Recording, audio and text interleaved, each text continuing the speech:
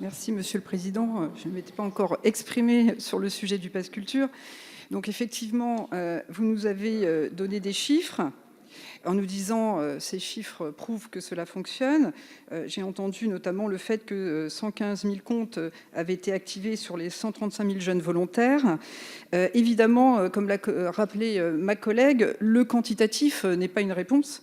Sur ces sujets-là, pour être sûr qu'un dispositif atteigne ses objectifs, on a besoin évidemment de qualitatif. Alors, si l'objectif est de réduire les fractures, et de favoriser l'émancipation, c'est ça l'objectif. Ce qui est important, c'est bien de savoir quel est le profil, parce que je vous le rappelle, nous parlons de comptes activés de volontaires. Donc on a déjà des volontaires. C'est une expérimentation, ça fait 3 ans qu'on expérimente. Donc quel est le profil des volontaires ? Je ne suis pas sûre que ça soit vraiment un objectif, l'objectif d'émancipation soit atteint lorsqu'on verra quel est le profil des volontaires. Effectivement, qu'est-ce qui a été consommé ? Il ne suffit pas de dire musique, livres, etc. Qu'est-ce qui a été consommé ? J'ai entendu Madame la rapporteure dire qu'il fallait tout inventer.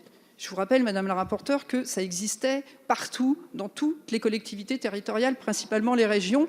Et je suis désolée, j'étais conseillère régionale d'Île-de-France, nous l'avions mis en place, le chèque culture. Pourquoi il a été abandonné la plupart du temps ? Parce qu'il ne fonctionne pas. Et à un moment, vous savez, j'étais quand même dans la campagne et j'étais dans le groupe de travail sur le programme culture du président. Je me suis toujours opposée à cette mesure parce qu'elle a été annoncée juste au moment où effectivement Matteo Renzi a annoncé ça, comme ça, après les attentats, en faisant effectivement une proposition politique. Et on a repris effectivement cette initiative en ne regardant jamais si on allait pouvoir la faire atterrir dans la réalité. Donc effectivement, si c'est pour que ceux qui ont déjà l'habitude de consommer, et peut-être d'ailleurs qui ont les moyens de le faire, consomment, je ne pense pas qu'on puisse atteindre nos objectifs.